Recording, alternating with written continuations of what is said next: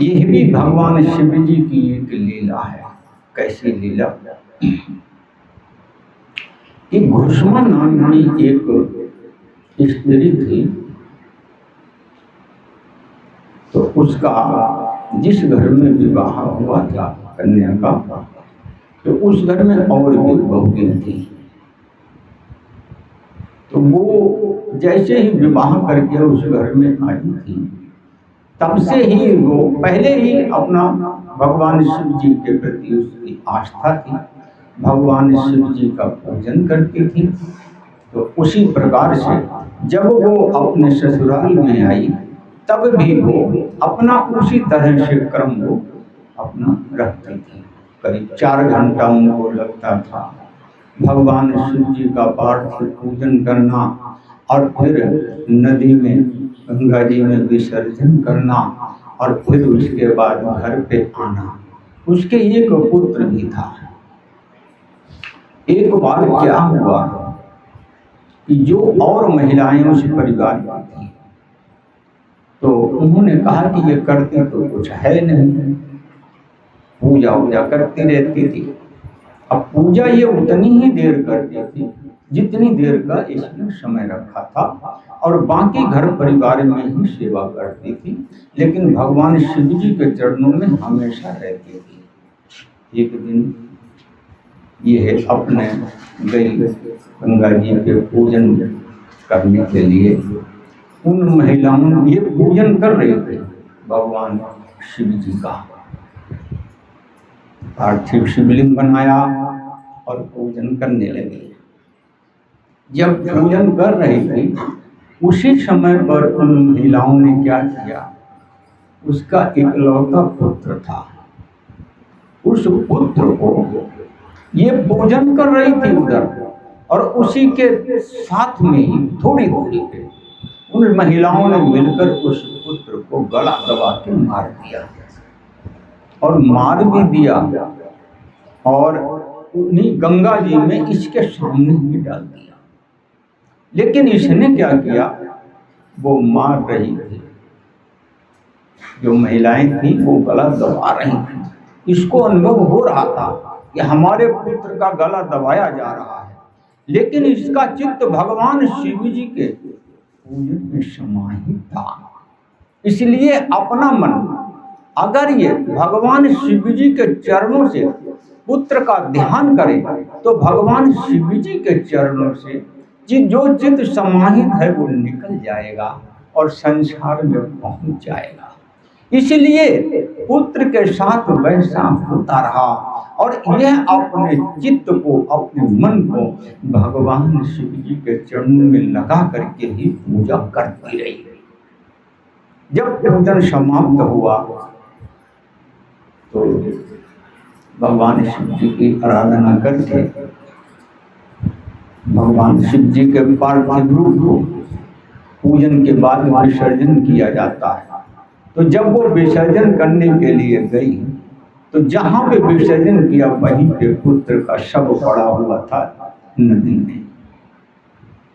देखा उसने, लेकिन मन में कोई विचार नहीं लाने दिया, और वहीं से चल दी है। पहले क्या होता था कि दोनों साथ होते थे, इकलौता बेटा होता था और खुद भगवान शिव जी की पूजा करती थी, लेकिन बेटा मार दिया गया, और यह अपना पूजन करके वहां से चल दी घर को।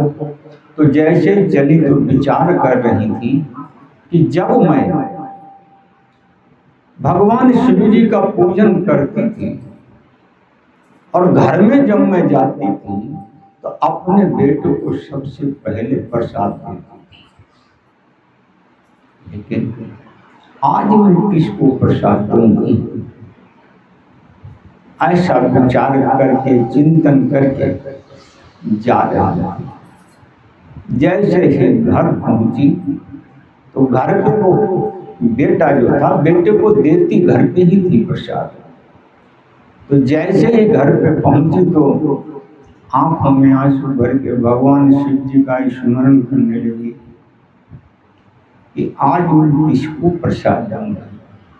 तो जैसे ही ये मन में विचार आया दृढ़ता के साथ, वैसे ही बालक दौड़ता हुआ आया, बोले माँ मुझे प्रसाद दो आप।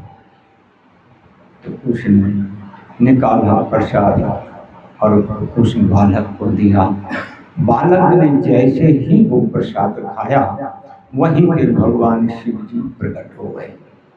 भगवान शिव जी जब प्रकट हुए तो गोस्मा नाम की महिला से बोले, बेटी उस वरदान मांगो। देखिए, जिसके हृदय में परमात्मा का वास होता है वो संपूर्ण संसार का हित सोचता है, अपना हित नहीं सोचता है, सिर्फ संपूर्ण संसार का हित सोचता है। तो उसने क्या मांगा, भगवान भोले जी से अपने लिए कुछ नहीं मांगा, और जिन महिलाओं ने मारा था उनके लिए भी कुछ नहीं कहा। जैसे ही भोले जी ने कहा कि वरदान मांगो, वैसे ही उसने कहा कि यहाँ पे ही आप वास करें और इस क्षेत्र की जनता को आपके दर्शन से पूर्ण लाभ हो और सभी को सद्बुद्धि सद्विचार प्रदान हो। तो वहीं पे भगवान शिव जी का घुष्मेश्वराय, जो घुष्मन नाम की महिला थी, उसी के नाम से भगवान शिव जी ने अपना वास किया। देखिए, अब ये 12 ज्योतिर्लिंगों में आती हैं घुष्मेश्वराय नमः। सिर्फ हमारे आपकी तरह से ही तो थी वो, सिर्फ भगवान के चरणों से प्रेम किया तो इतना बड़ा भगवान ने उपहार दे दिया कि जब तक सृष्टि रहेगी तभी तक घुष्मेश्वराय 12 ज्योतिर्लिंग में उनको प्रणाम किया जाएगा। और सिर्फ भगवान शिव जी परम पिता परमेश्वर के चरणों से प्रेम करने का ये परिणाम हुआ कि उसको हमेशा हमेशा के लिए भोले जी उसके नाम में समाहित होकर ज्योतिर्लिंग के रूप में सदा वहां वास करते हैं और हर कोई उनको प्रणाम करता है। तो ये जो भक्त वत्सलता है ये मिल जाती है। ये कोई ये न समझो कि वो घोषणा थी, वो भगवान शिव जी को चाहती थी, हम कहाँ चाह सकते हैं। ये छोटे विचार मन में न लाया करो, हमेशा बड़ा सोचो। बड़ा कैसे सोचा जाता है कि जैसे घोषणा महिला थी, उसने भगवान शिव जी के चरणों से प्रेम किया, हमको भी प्रेम करना है। प्रेम करने के लिए क्या करना है, सिर्फ नाम जप का सहारा लेना है। परम ब्रह्म परमेश्वर के पंच परमेश्वर के रूप में किसी भी रूप में जो सद्गुरुदेव भगवान तुमको अपना मंत्र इष्ट मंत्र के रूप में दे दे, वही मंत्र सर्वोपरि होता है और अपने परमात्मा की आराधना उसी रूप से की जाती है। देखिए, गोस्वामी जी भगवान श्री राघवेंद्र सरकार के भक्त थे। सूरदास जी भगवान कन्हैया के भक्त थे। नामदेव जी भगवान विष्णु जी के भक्त थे। गोकर्ण महाराज भगवान सूर्य नारायण के भक्त थे। इसी प्रकार से यह जो पंच परमेश्वर होते हैं, यह भगवान के रूप होते हैं। एक बात और समझ लेना कि भगवान कितने ही रूपों में प्रकट होने की क्षमता रखते हैं। जब चाहें जब किसी भी रूप में प्रकट हो जाते हैं। ये नहीं समझना चाहिए कि परम ब्रह्म परमेश्वर ये है वो नहीं है, ऐसा नहीं होता है। हर रूप में वही है, जिसमें भी तुमको दीक्षा के रूप में मिल जाए वही सर्वोपरि होते हैं। और भगवान के लिए जानते हो कैसा बनना पड़ता है। साधु ऐसा चाहिए जैसा सूप स्वभाव, सार सार को कही रहे, थोथा दे आए। साधु ऐसा चाहिए, जैसा सूप स्वभाव, सार सार को कही रहे, थोथा दे उड़ाए। साधु का मतलब होता है सज्जनता से। सज्जनता का मतलब होता है चाहे कोई ब्रह्मचारी हो, चाहे वो कोई गृहस्थी हो, चाहे कोई वानप्रस्थी हो, और चाहे कोई सन्यासी हो। साधु का मतलब यह है कोई भी व्यक्ति जिसको भगवान चाहिए, जिसको आत्म कल्याण चाहिए, उसको लिए यह सबसे सरल और सबसे सीधा उपाय है कि तुम्हारी कहीं निंदा हो रही है, तुम्हारी कहीं चुगली हो रही है, तो वो उसके ऊपर छोड़ दो, उसे करने दो। क्योंकि निंदा चुगली का प्रभाव जानते हो क्या होता है? जैसे कोई सज्जन व्यक्ति है, भगवान की ओर चल रहा है, वो तपस्या कर रहा है, जो वो तप करता है, और जो व्यक्ति उसकी सेवा करता है मन से, और उसकी स्तुति करता है, और उसके गुणों को ग्रहण करता है, तो जानते हो उसका सारा तप उसके पास चला जाता है, जो उस व्यक्ति की, उस साधक की, उस साधु व्यक्ति की स्तुति करता है, उसका गुणगान करता है, और स्वयं उससे कुछ ग्रहण करना चाहता है, उसके पास अपने आप स्वतः ही चला जाता है। ये वेद शास्त्रों का प्रमाण है। और जो लोग निंदा करते हैं उनके पास क्या जाता है? उनके पास वो जाता है। जैसे कभी सज्जन व्यक्ति है, साधु है, भगवान के चरणों से जुड़ा हुआ है, लेकिन फिर भी उससे कोई गलती हो गई, मान लो जोर से बोल दिया, मान लो कोई गलती किसी प्रकार से अपराध हो गया, तो पाप दंड हुआ उससे। तो जो पाप हुआ उसका जो परिणाम होता है दुख रूप, वो उस निंदा वाले के पास चला जाता है स्वतः ही।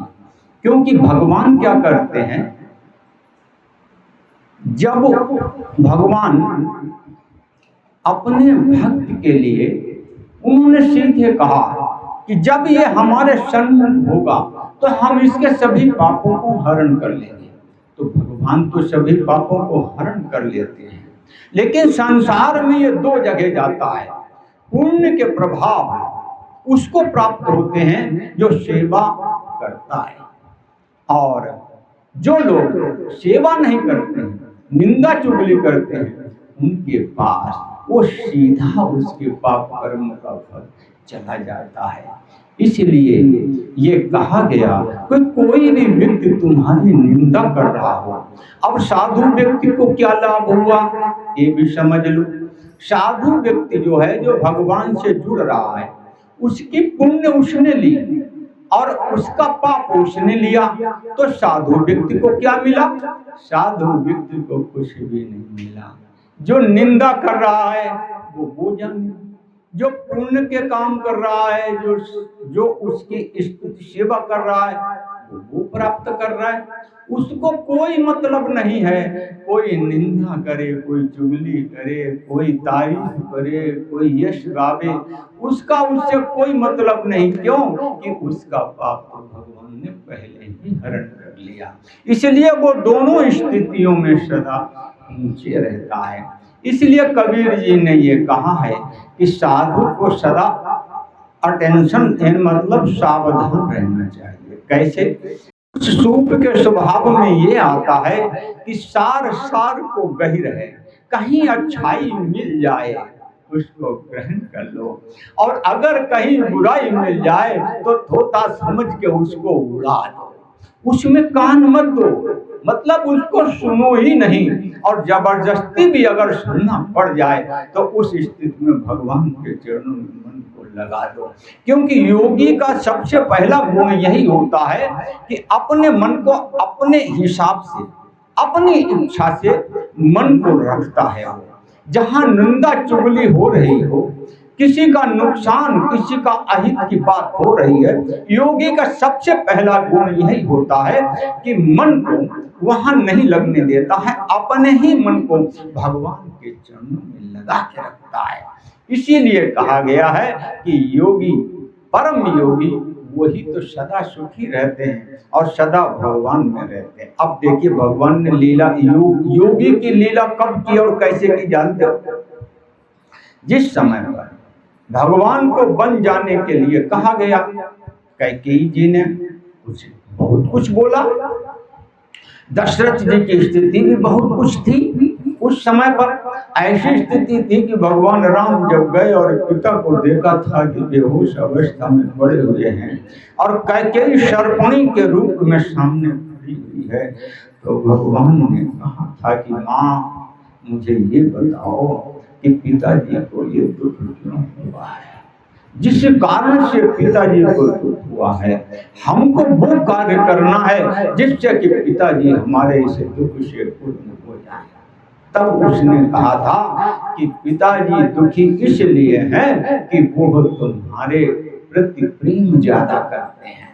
मैंने तो ये 2 वरदान मांगे हैं, इनको देने में कोई इतराज नहीं होना चाहिए, क्योंकि हमारे वरदान हम कभी भी मांग सकते हैं और कुछ भी मांग सकते हैं। भगवान राम ने माँ को प्रणाम किया और पिताजी से कहा कि ये छोटी सी बात के लिए आप इतना दुखी हो गए। अरे मैं जाऊंगा वन में, संत महात्माओं के दर्शन करूंगा, तपस्वी योगी जीवन व्यतीत करूंगा और छोटे भैया के लिए राज्य मिल रहा है, इससे बढ़िया क्या हो सकता है। आप इस सारे दुख से हट जाओ और आत्मचिंतन में बैठकर भगवान का स्मरण करते हुए शरीर आनंद में रहो। लेकिन अज्ञान जब हृदय में भर जाता है तो ज्ञान जल्दी आता नहीं, ये भी खूब समझ लेगा। और यही अज्ञान कैकेयी की वाणी बहुत खराब लगी दशरथ महाराज जी को, इतनी खराब लगी कि जब उन्होंने प्राण छोड़ा था तो एक तो भगवान नाम का उच्चारण करते हुए छोड़ा, और कैकेयी की वाणी उनको इतनी खराब लगी थी कि जिसका वर्णन नहीं हो सकता। 2 ही स्थिति थी उनके प्राण को हरण करने के लिए। इसलिए कहा गया कि कोई भी शुभ काम तुम्हारे प्रति कोई कितना ही उपकार करे, लेकिन उपकार के बदले में भगवान को सौंप दो, अपने आप को मत करो कि तुम 2 वरदान मांग लेना, 5 वरदान मांग लेना। अरे किसी ने उपकार किया है तुम्हारे प्रति, वो पुण्य का अधिकारी हो गया है, तुम वहां से हट जाओ और ये सोचो भगवान ने तुम्हारी सेवा की है। इस संसार में हंस और परमहंस बन के रहो, तब तुम कहीं फंसोगे नहीं।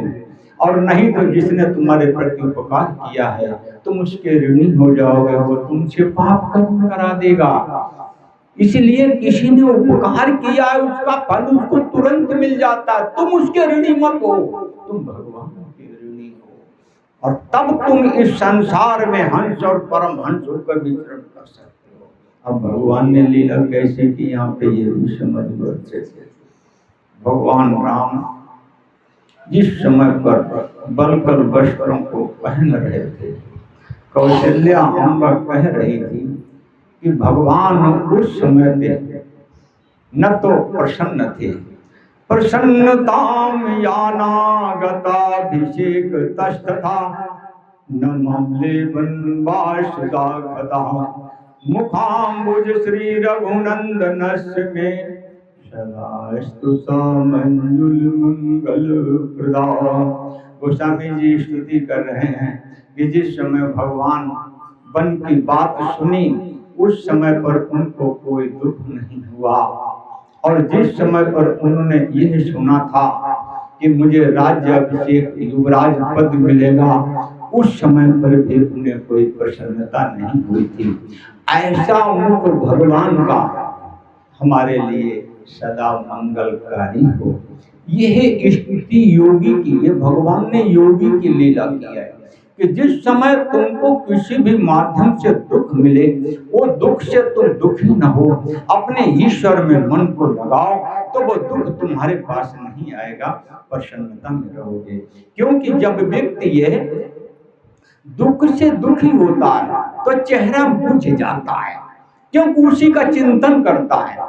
और दुख से दुखी होना ये संसार के चिंतन में जाता है, क्योंकि जिसने तुमको दुख दिया उसके बारे में तुम विचार करोगे कि भाई इसने मुझे दुख दिया है, मैं भी इसको दुख दूंगा, मुझे क्यों मिल रहा है, नहीं मिलना चाहिए, मैं ऐसा करूंगा, मैं वैसा करूंगा। ये संसार का चिंतन है, ये चेहरे को बुझा देगा, हृदय को कुलसित कर देगा।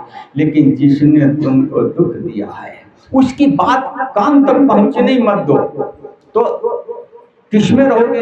क्योंकि मन को तो सुख चाहिए, वो चाहे संसार से लो और चाहे परमात्मा से लो। मन बगैर सुख के नहीं रह सकता है, आप भी बगैर सुख के नहीं रह सकते हो, क्योंकि सुख तुम्हारा स्वभाव है।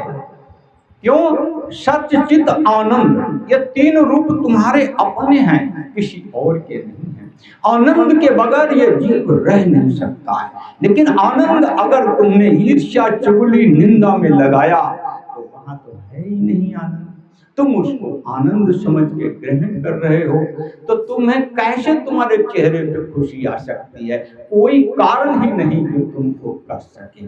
इसलिए अब तुम जब आनंद स्वरूप अपने ही आनंद को अपनी आत्मा में देखोगे, परमात्मा में अपने आप को स्थिर रखोगे, तो आनंद स्वरूप रहोगे। ये लीला भगवान ने की कि कैकेयी की बात का स्मरण नहीं कर रहे हैं, पिताजी दुखी हैं, ज्ञान को धारण नहीं कर रहे हैं, ये भी नहीं चित्त में आने दे रहे हैं। प्रसन्नताम यानागताभिषेक तस्थिता न ममले बनवासुदा कथा। दोनों बातों में अपने आप को नहीं लगा रहे हैं। आत्मचिंतन, ब्रह्म विचार, बस इसी में अपने आप को रखे हैं। इसीलिए मुखाम्बुज, उनका जो मुख है कमल के समान खिला हुआ है। ये कौशल्या जी ने भरत जी से कहा था, जब भरत जी माँ के पास आए थे, कैकेयी के पास गए, कुछ बातें हुई। भरत जी ने माँ कैकेयी को भी कुछ कहा नहीं, चुपचाप चले आए वहां से।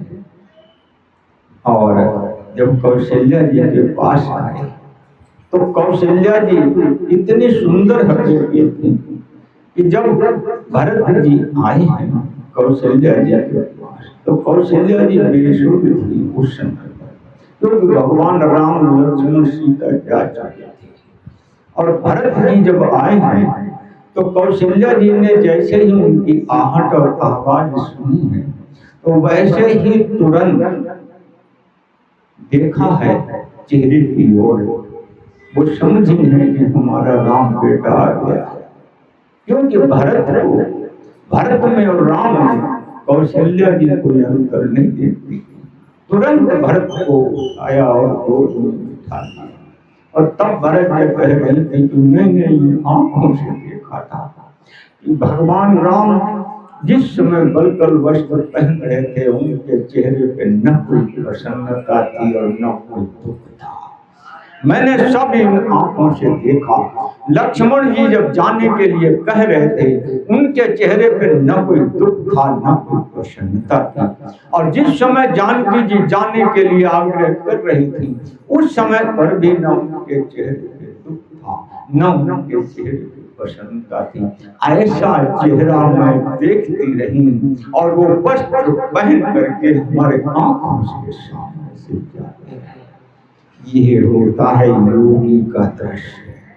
जो योगी होते हैं वो संसार में किसी भी परिस्थिति में अटकते नहीं हैं, अपने परमात्मा के चरणों में सदा रहते हैं। ये होता है परम ब्रह्म परमेश्वर से प्रेम करने का नतीजा।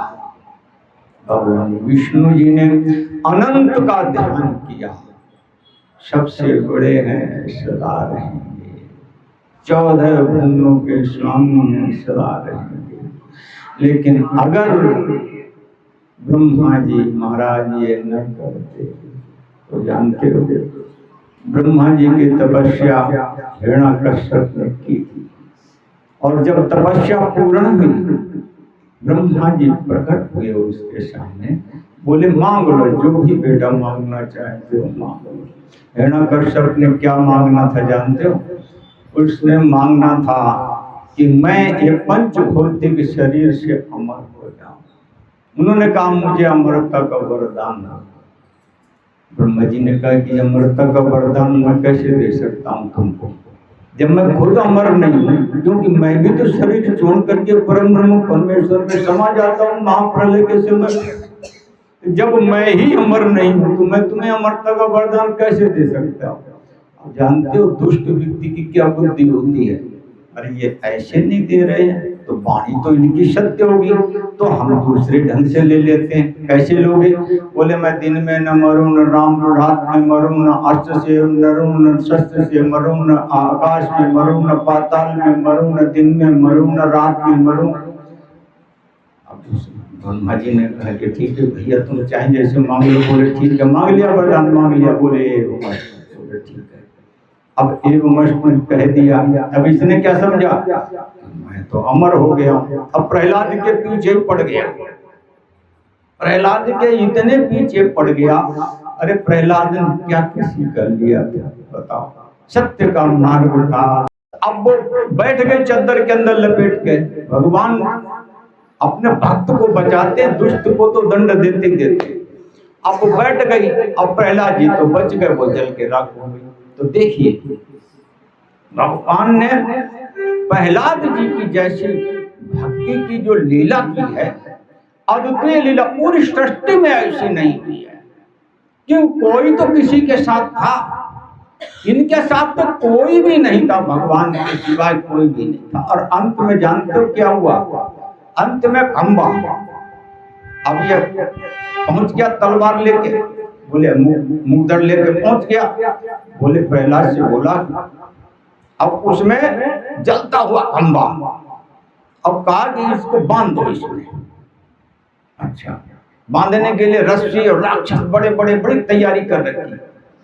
भगवान ने सोचा इसको आत्मबल तो मैंने दे रखा है, एक लीला और की उन्होंने कि जलता हुआ खंबा है, कहीं हमारा भक्त प्रहलाद घबरा न जाए। तो क्या किया, जैसे ही भक्त ने प्रहलाद ने उस खंबे की ओर देखा, जैसे वैसे ही भगवान के रूप में उसके चलते हुए दर्शन करा दिए। अब प्रहलाद को ताकत मिल गई एकदम, किसी को बताया नहीं, किसी को समझाया, सिर्फ अपने अंदर कि जब ये चींटी नहीं जल रही है तो मुझे कुछ भी नहीं हो सकता है। हिरण्यकश्यप ने कहा बताओ तुम्हारा ईश्वर कहाँ है, तुम्हारा राम कहाँ है? बोले पिताजी हमारा राम तो तुम्हारे भी अंदर है, जो तुम तलवार लिए खड़े हुए हो। कहले इस खंबे में है? बोले हाँ इस खंबे में भी है मां। जैसे ही उसने गदा मारी, और जानते हो उसमें से कौन निकला? उस खंबे से भगवान की लीला को कोई समझ नहीं सकता है, भगवान के प्रेम को दुनिया की कोई ताकत कर नहीं सकती। उसमें से नरसिंह भगवान मांगे, क्योंकि इसने ये भी मांगा था कि न मैं पशु से मरूं न मैं मनुष्य से मरूं, ये भी मांगा। तब भगवान ने ऐसा शरीर धारण किया अपने भक्ति के लिए। फिर उसको जब बिठाया है जंघों पे, तब उससे पूछा अब तू बता अंदर है कि बाहर है? देरी पे बैठे, बोले ये बता ऊपर है कि नीचे है? जांघों पे ले रखा था। अस्त्र है कि शस्त्र है? भगवान ने नाखून बना रखे थे। भगवान ने कहा बताओ कोई तो बता, क्योंकि ब्रह्मा जी का वरदान देवताओं के हित के लिए ही कार्य संत महापुरुष करते हैं और भगवान करते हैं, देवताओं के हित के कार्य करते हैं। इसलिए हम सबको भी चाहिए ओम तचक्षुदेवर्हितं पुरुषताच्छुक्रमुचरत् पश्येम शरदा शतम जीवेम शरदा शतम शृण्व्याम शरदा शतम प्रब्रवाम शरदा शतम अदीनः स्याम शरदा शतम भूयस्य शरदा शतात्। हे परमपिता परमेश्वर, ये वैदिक मंत्र है। हे परमपिता परमेश्वर, ये हमारा पूरा मनुष्य का शरीर जो हमको आपने दिया है, ओम तचक्षु देवर हितम, देवताओं के हित के लिए कार्य करें। ये भगवान से निवेदन करना चाहिए और सदा देवताओं के हित में लगा रहना चाहिए। देवताओं के दो रूप होते हैं, एक तो वो आकाश मार्ग में जो हमारे देवता रहते हैं देवलोक में, उनके हित के लिए कार्य हो, और दूसरे देवतुल्य मनुष्य जो इस संसार में रहते हैं उनके हित के लिए कार्य हो। तभी तो भगवान ने ब्रह्मा जी की बात को सत्य करने के लिए और हनुमान जी ने ब्रह्मा जी की बात को सत्य करने के लिए जो ये बंधे थे अपने आप, देवताओं के हित के कार्य ही भगवान भक्त किया करता है। तो भगवान ने कहा, अब बताओ सब कुछ ठीक है। हिरण्यकश्यप ने कहा बिल्कुल नाखूनों से जो फाड़ा है उसके अंतड़ियों को निकाला है, क्योंकि उसने प्रहलाद को बहुत दुख दिया था, कोई सीमा नहीं थी, और निकाल करके अपने ऊपर लपेट ली थी, डाल ली भगवान ने। ऐसा विकराल था उस समय, इतना क्रोध भगवान ने किया था जिसका वर्णन नहीं हो सकता। तो ये भक्त और भगवान दोनों एक होते हैं, क्योंकि भक्त तो अनंत होते ही हैं और ईश्वर तो अनंत होते ही हैं, और भक्त अनंत से जुड़ा रहता है, इसलिए उसकी भी कोई पार नहीं पा सकता है। हम सबको भी अपने जीवन में ये उतारना चाहिए। भगवान नाम का सहारा लो, कथा का सहारा लो, भगवान से जुड़ोगे सुखी हो जाओगे, जन्म जन्मांतर सुखी हो जाओगे, और भगवान का सहारा नहीं लोगे तो जन्म जन्मांतर के निर्धन हो जाओगे, सुखी रहोगे। भगवान ही एक ऐसे हैं जो इस जीव का कल्याण करते हैं, और दुनिया में कोई भी ऐसा नहीं है। बोलिए सच्चिदानंद भगवान की जय हो। श्रीमन नारायण नारायण नारायण, श्रीमन नारायण नारायण नारायण, भगवान नारायण नारायण नारायण, श्रीमन नारायण नारायण नारायण, श्रीमन नारायण नारायण नारायण, भगवान नारायण नारायण नारायण। बोलिए सच्चिदानंद भगवान की। हे सनातन ब्रह्म जग के आप ही आधार हैं,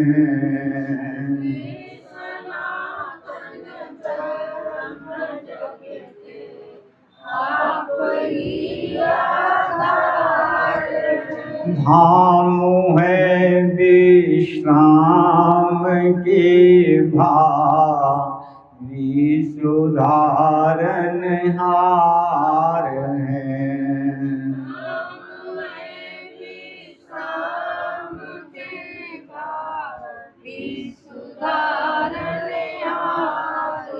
आप ही हरिहर शिवा शिव, आप ही करतार हैं,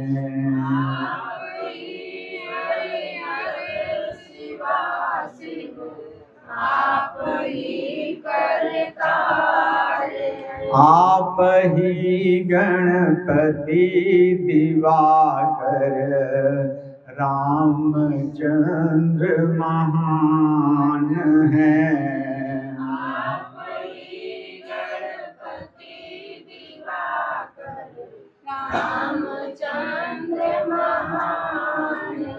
सर्व दुख हरता नियंता, शक्ति दाता आप हैं।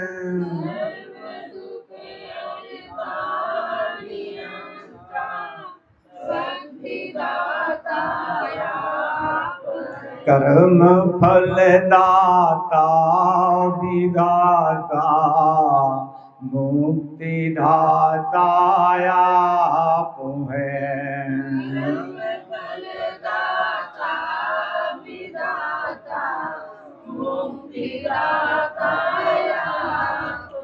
कर कृपायब ही दया में चित समाहित कीजिए।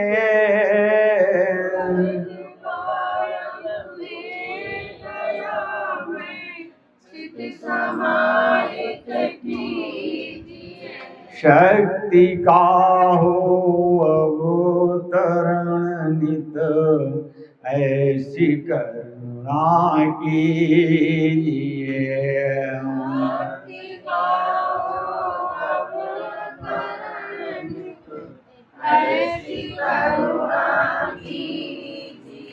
तत्व चिंतन प्रभु भजन नित नियम से करते रहें।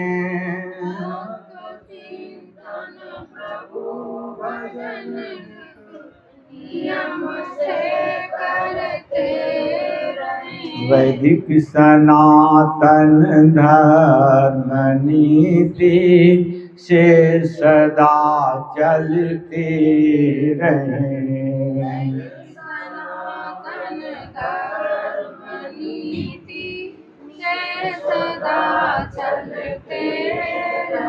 हे परात्पर ब्रह्म हमको आपका नित भान हो।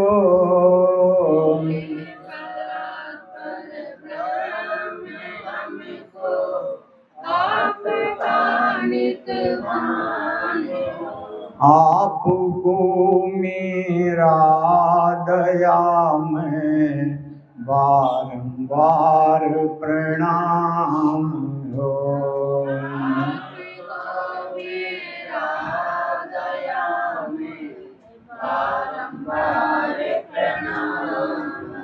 हे सनातन ब्रह्म हमको आपका शुभ ज्ञान हो।